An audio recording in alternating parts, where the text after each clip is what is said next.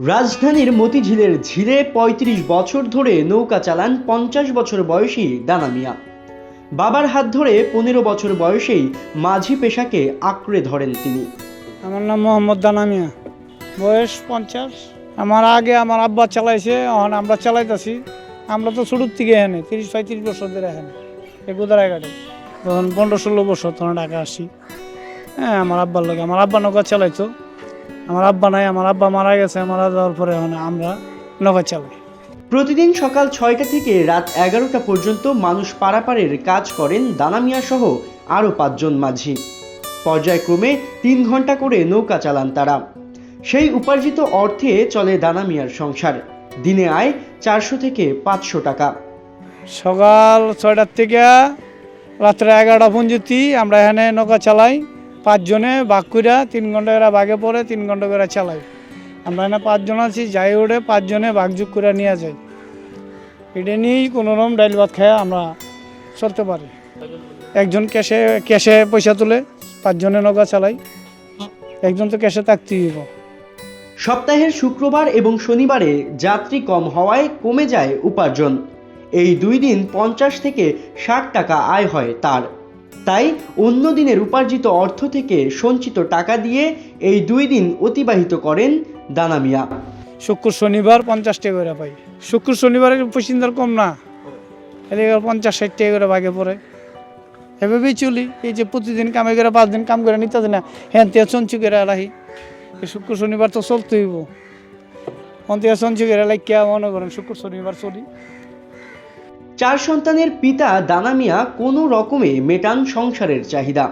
তবুও স্রষ্টার নিকট শুকরিয়া আদায়ে নেই কোনো কৃপণতা।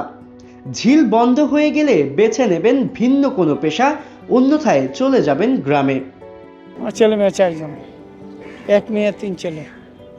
মেয়ে বিয়ে দিয়ে দিয়েছি, ছেলে আছে, ছেলে চাকরি করে, আর 2টা ছেলে আছে ছোটো ছোটো সমান।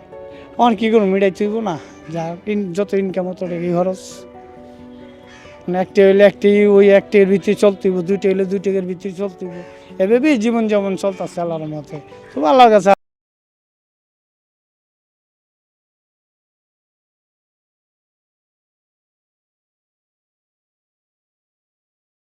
হাজার শুক্রিয়া, ডাইল ভাত খেয়ে ভালোই আছে। এটা বন্ধ হইলে মনে করেন অন্য কাজকর্ম করবো, আর নাহলে বা গ্রামের বাড়িতে চলে যাবো।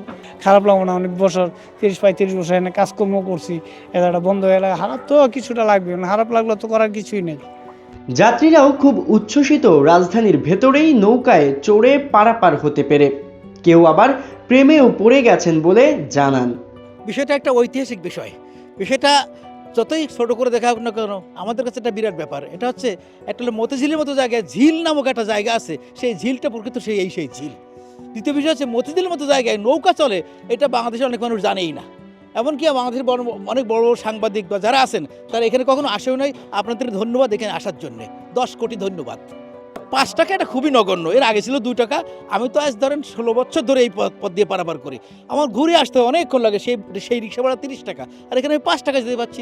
দ্বিতীয় বিষয় হলো এখান থেকে এই 5 টাকার নৌকার পারাপারের কারণে আমাকে অনেক দূর হাঁটা লাগতেছে, যেটা আমার অনেকটা ব্যায়ামের কাজ করে। রিক্সায় গেলে আমি তো এখন অলস হয়ে যেতাম। আমি সকালবেলা আশা করি যে আগে নৌকাটা ধরবো, ধরার পরে এই 5 টাকাতে হোক আর 10 টাকা হোক আমি এই পথ দিয়ে যাবো। এটা আমি এটার সাথে বলতে গেলে এটার প্রেমে পড়ে গেছি আমি।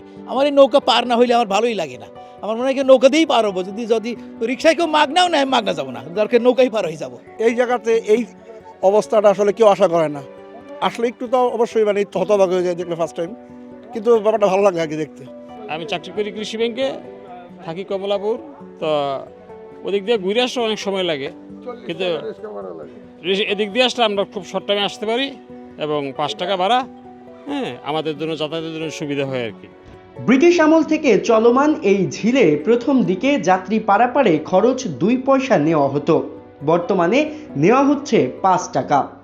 এটা ঝিল ব্রিটিশ পিরিয়ডেতে, পাকিস্তান পিরিয়ডেতে 2 পয়সা পার হইতো, তারপর 5 পয়সা, 5 পয়সাতে 10 পয়সা, 10 পয়সাতে 4 আনা, 4 আনাতে 8 আনা, 8 আনাতে 1 টাকা, 1 টাকাতে 2 টাকা, 2 টাকাতে এখন 5 টাকা হচ্ছে।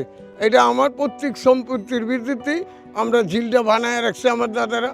হ্যাঁ, ওইটা আমি মাটি কেটে নিয়েছে নিয়ে সরকার রিকন্ডিশন কইরা নিয়ে গেছিলো। আব্দুল্লাহ জুবায়ের, কালের কণ্ঠ।